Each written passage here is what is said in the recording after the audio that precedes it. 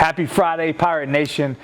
Just want to touch base with you guys real quick as we go into a short week next week. So it's been a great week, doing great things here. As always, been rainy this week, so dress code's kind of spiked in the wrong direction. And remember, weather doesn't dictate dress code, but we're going to move on from that.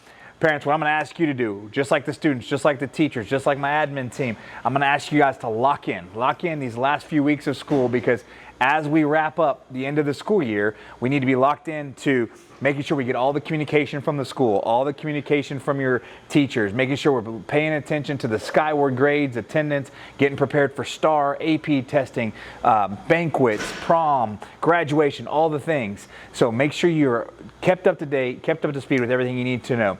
One of the big things that we're hitting right now is we have a lot of students that we're trying to help make sure they get their credit at the end of the second semester.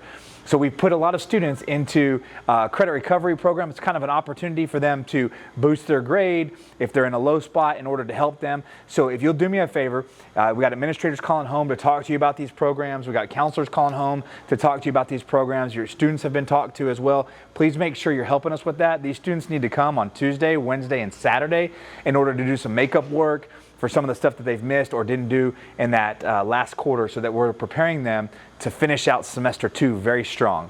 Also, just a reminder that prom is coming up. So before you buy the tickets, make sure you get approved. Ms. Altman and Mrs. Spino have been doing a really good job these last couple of weeks, making sure that's taken care of. You got to get approved by following all the guidelines that we've already put out on the website on multiple occasions.